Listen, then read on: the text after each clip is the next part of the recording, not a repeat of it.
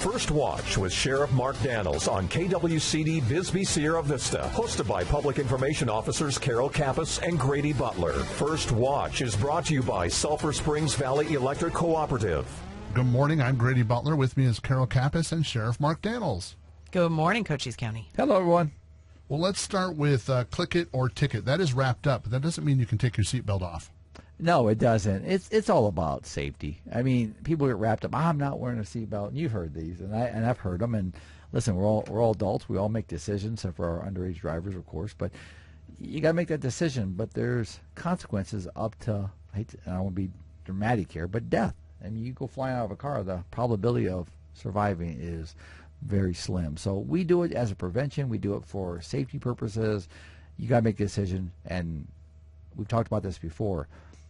10, 15 years ago when we started doing this program, Click It or Ticket, in partnership with our state, 40-some% wore seatbelts.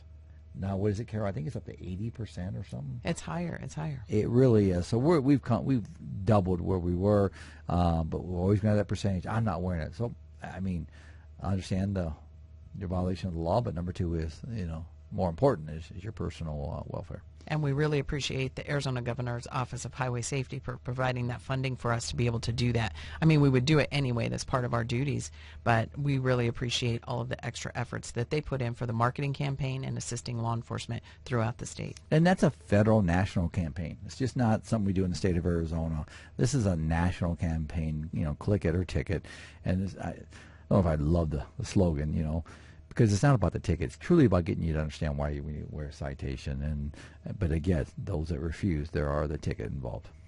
Well, let's talk about the ALA Summer Camp for Soccer. It is. It's been great. We kicked off a summer camp this week, and Monday through Friday. Tonight's our last night, from 6 to 7:30, free for kids.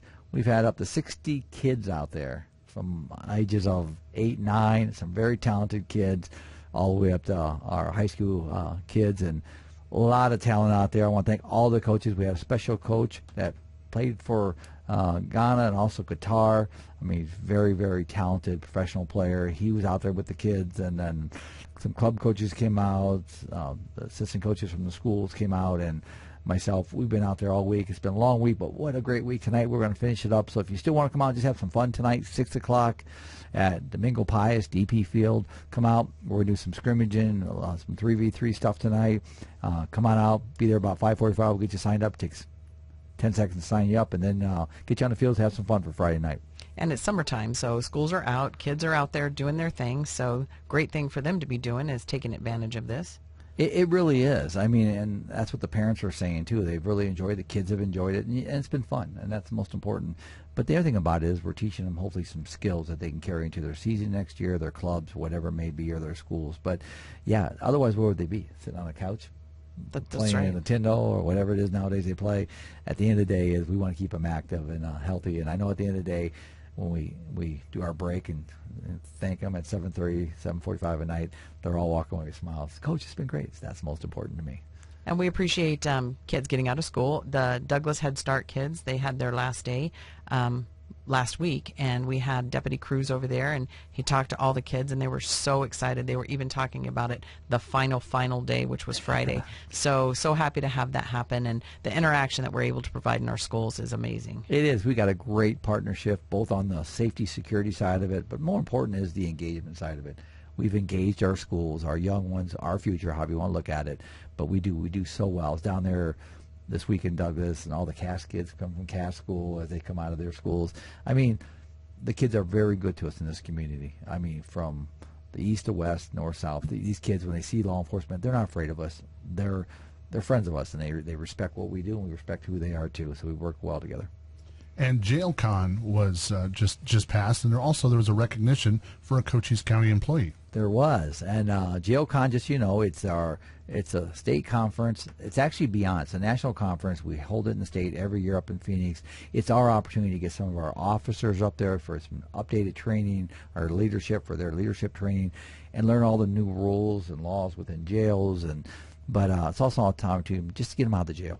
Give them a little breathing room and stuff, but it's a great thing. I've been up there numerous times, and but they also do an awards banquet. The luncheon was yesterday, and Megan, our director of medical within the jail got an award. She got it for the Medical Professional of the Year. So I'm so proud of her.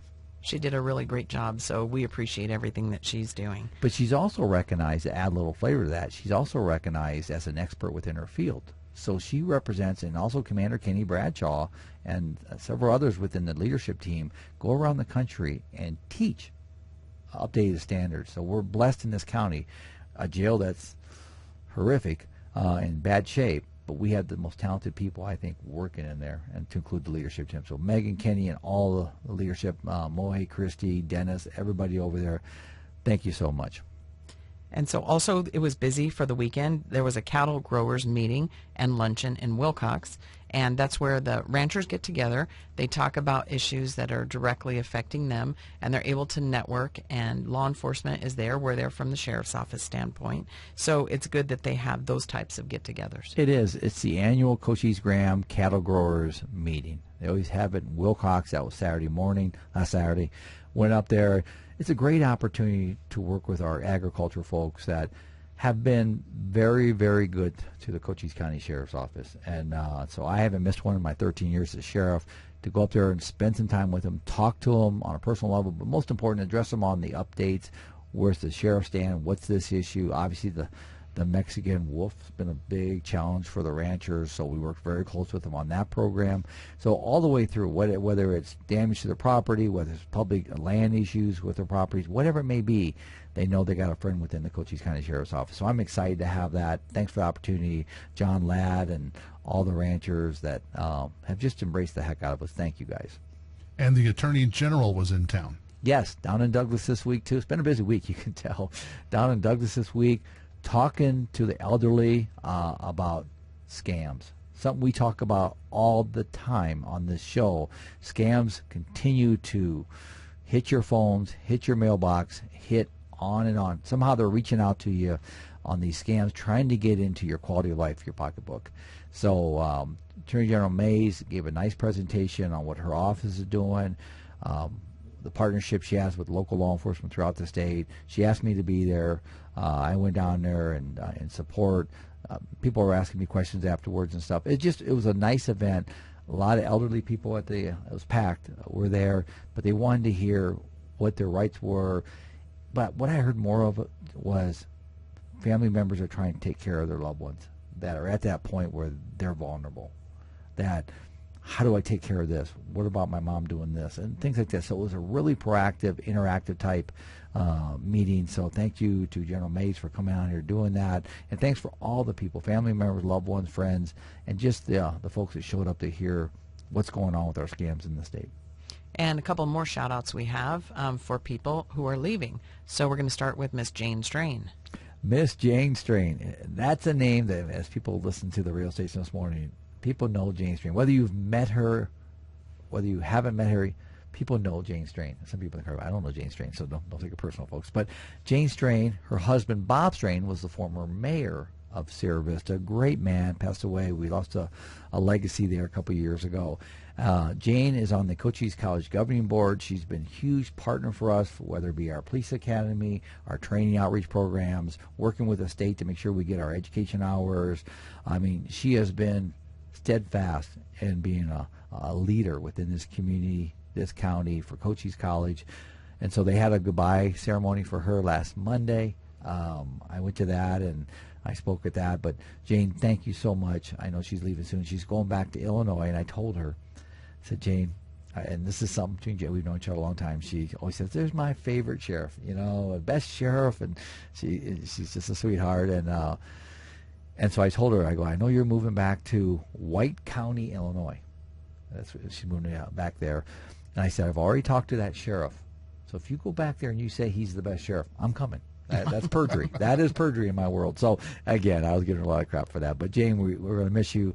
You're going to be a blessing to your new home back there in Illinois. So your legacy will live on for many, many years here, Jane. And CEO Sean Phillips from Canyon Vista Medical Center. Yeah, we lost a good one, folks. And I don't know if Sean's listening to this or Jane was listening to that, but Sean has worked very closely. We get a lot of CEOs, people that come from outside this community, and then they get the position, but and I'm not being ill with this statement, but it's not going to come out right, so please bear with me. They come here for the position. Sean came here for the community, and he invested in this community. He was out there. I saw him at many, many events. When I first met him, I'm like, okay, here, we got another one coming through. But he actually made this his home, and he's not leaving. He is leaving Canyon Vista Medical Center for a job in Tucson. We wish him well. We're going to miss him, but he's not leaving here. I think that's something to be said for what I just mentioned and stuff. His wife's a doctor too. Yanni, she's just a sweetheart. And bottom line is, so I'm glad both of them are staying here, keeping this their home. And but yeah, I was shocked to hear. I know the community was shocked, and you're going to have the naysayers and everything else, and whether you didn't like your service there or not. This is about an individual that cared about the community. Whether you could change everything, I don't know. At the end of the day, I thought he did a lot of good for Canyon Vista Medical Center. And I know you wanted to talk about the Apache Junction officer today. Yeah, Officer Fazio. I mean, he was shot a little over a week ago in the performance of his job, and as of a few days ago, he perished for his injuries and stuff. And it didn't sound good talking to the law enforcement up in that area. I know his family, his Apache Junction Police Department, and all the law enforcement. We're all pretty rural, even in some of the urban areas. We work very close together. We know each other, and we share a common bond, and that's law enforcement and the badges. And so my heart goes out to his family, to that officer, Officer Fazio, and all those that wear a badge. But God bless them all. And this job, I said it to a lot of people when I see them, not just because of this shooting, but our job is not getting any simpler. As the world becomes unsettled, as our country becomes divided, and many things, at the end of the day, the ones taking the biggest impact are your law enforcement that are trying to address this division, not politically, but under the rule of law. There's no better example of what's going on in L.A. right now. And also this weekend, there's a planned protest that's going to be happening on Fry Boulevard in front of Veterans Memorial. There is, and that's on the heel of what? Los Angeles. And I did national media last week on this and talking about this. You know, the rule of law is not supposed to be politicized, and I don't want it to be politicized. The rule of law is made by the people, whether you like it or not. You as people can address those changes. But going out and throwing bricks and rocks at law enforcement, going out and burning up patrol cars, going out and looting businesses, that's their quality of life, is unacceptable in any avenue. This is based on, I call it cultural fracture. Things have been going on for a long time that now has come to a head. I think anybody could have predicted this. You know, a lot of things people predict in the future, but this one we could have predicted. And I'm all about, if you want to protest, make it peaceful, make it legal, and things go well, and your message will be heard. But when you go out and behave what we're seeing in L.A., you tear up a city, you tear up a community. We've seen it before. Seattle's going on right now, and other parts of urban. We got to protest this weekend, like you said, Carol. Come on, protest.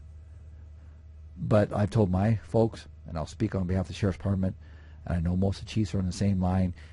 Go out, protest, make your message heard. But if you break the law, there will be consequences to that. And on a happier note, the U.S. Army is celebrating a birthday this weekend as well. Happy birthday to our Army. 250 years. This morning, Fort Huachuca is doing a big celebration. I'm part of that. I'm just honored to be out there helping, supporting as a veteran of the U.S. Army. And 250 years. Can you imagine if we lived that long? Wow. What we'd look like, number one. But there's a thought behind that. It really is animated. Most people in the cars go, no, I don't want to look like that. But either way, happy birthday to our Army. I mean, it's what's given us the rights. They've stood for our freedoms, our liberties, and that's who we are as a country. And actually celebrating, the University of Arizona is going to the College World Series. Isn't that amazing? Great job, U of A. Do you hear the calm in my voice? Did you hear the silence in my voice? And if you guys could see the looks going around in here. You know, and that's true, Grady. And we're sitting apart. Bottom line is this. You know, I'm not shocked. ASU's cheering you on. We're having fun doing that, too. I just want to make that note right there because we didn't make it, of course, again. But either way, we're a fun group up at ASU. We're just maybe not the most athletic, okay? But U of A, I'm not surprised. You know, I don't follow U of A, but I see the Briefs. They've been doing so well in baseball. So, and North Carolina was power ranked, I believe, #1. They were supposed to be really good, but what do you say? Yeah. But I was not shocked. I think you're going to see U of A get to the finals. And that's a prediction that, you know, I don't make that lightly because of being an ASU guy. You know, my fork's a little dull right now because of what's happened here. But at the end of the day, I think you're going to see them go to the finals. They're very talented under their coach. What they're doing, they got momentum, they got the energy, and they believe in themselves. So kudos to U of A. Bring it home for Arizona. And I'm going to leave it at that. Okay, and I'm going to congratulate them next Friday when they do this. So, well, let's talk about your stop of the week. Stop of the week. So, folks, when you pull up to an intersection and you see a solid white line or an arrow says go straight, in this case, the person was going straight. She couldn't turn because of the solid white line. You can't cross a solid white line. That means it's restricted. This person gets the green. There was a car in the left turn lane that was turning, waiting for traffic, and here comes this car out of the inside lane, cut right in front of the person making the left turn lane. A, dangerous. B, illegal. And C, why? Why? So I made the stop, and I had a long talk with this individual, and there's some stuff going on, and I'm not going to get to it on the radio here. But long story short is we had a long discussion about safety and driving.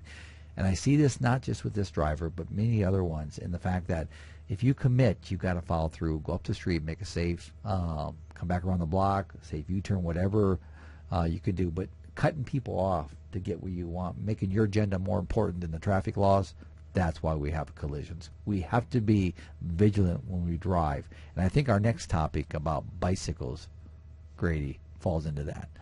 We had one of our team members, one of our employees at the sheriff's office, actually riding his bike yesterday. Physical fitness, we love it. Riding his bike, coming through an intersection legally, and got hit. He got thrown from the bike. I was notified through the fire department. My team and I went over there. Spent the time at the ER room, and I mean, you got to see these bikes. You got to be careful when you see them because, I mean, a bicycle has the same rights as a car on a roadway, and they have to follow the same laws as the cars on a roadway. In this case, our team member was actually following the law when he got hit. The other person, I was told, stated, I didn't see him. You got to be careful on that. You got to be careful. And this guy, I feel bad for the guy that hit him because he was so rattled from what I was told too. So once you hit somebody on a bike or you hit somebody or involved in a crash, I mean, there's no winners. Let's just be honest. There's no winners here. So again, be vigilant, be careful. Bikes are out, joggers are out, hikers are out. Be careful out there, and let's keep our roadways safe. Well, Sheriff Mark Daniels, we thank you for coming and talking to us today. Grady, Carol, thank you all. Keep cool this weekend. It's going to be a hot one. Oh, yes. Take care, everyone. First Watch on KWCD Country is brought to you by Sulphur Springs Valley Electric Cooperative. First Watch with Sheriff Mark Daniels on KWCD Bisbee Sierra Vista, hosted by Public Information Officers Carol Kappas and Grady Butler. First Watch is brought to you by Sulphur Springs Valley Electric Cooperative. And I'm Grady Butler. With me is Carol Kappas, and our next guest is Lori Fivecoat from the Lions Club. Good morning. Good morning. Thanks for having me on. You bet. Well, let's start with, you got some events coming up, but before we get to that, tell us about the Lions Club. Sure. So the Lions Club does several different things, but our main thing is helping to give sight. So we conduct vision screenings, help the clinics and stuff. We provide eyeglasses if people can't afford to get the glasses, things like that. So that's our main thing. But then we also help our community out with different projects, and we help to serve our youth. We give out different scholarships, recreation mentoring. We actually have a camp in northern Arizona that we send special needs kids up to and stuff like that. So that's just some of the different things that we do to help out our community. And you've got 3 events that we're going to talk about that are coming up this summer, and these are going to be a lot of fun. Let's start with the first one, which is Prize Bingo. Sure. So our Prize Bingo is just what it sounds like. You come, you get to play bingo, and you can win some cool prizes. We have different gift cards and baskets that we give out as prizes. Our bingo is going to be Saturday, June 14th at 2 o'clock. and it's going to be at the Lions Club in Huachuca City, which is at 125 South Huachuca Boulevard. And our advance cards are 3 for $10, or if you get them at the door, they're 3 for $12. And the public is, it's open to the public, so anybody can come and play bingo. I will tell you, if you do want to get advance tickets, you will need to call our president, Christy, and her number is 520-508-3120. All right, and then an all-you-can-eat pancake breakfast sounds right up my alley. Oh, it is for a lot of people, and guess what? It's Father's Day, so it's a pancake breakfast for the dad. So we're going to be doing that, of course, Sunday, June 15th, Father's Day. The breakfast includes all-you-can-eat pancakes, but we also give you eggs, fruit, sausage, juice, coffee, potatoes and onions, and biscuits and gravy. So you're getting quite a bit of food for a pretty low price, I think. Our price is adults are $8 at the door. Advanced sales are only $6. Again, call Christy at that number I gave previously. And that is going to be from 8 to 10:30 a.m., again at the Lions Club on Huachuca Boulevard in Huachuca City. And we may have some special things that we're going to give out to the dads when they come for breakfast.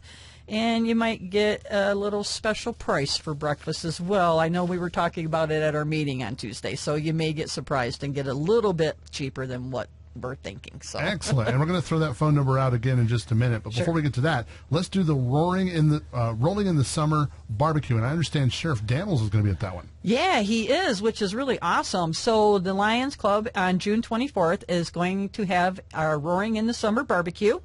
It's going to be from 5:30 to 6:30.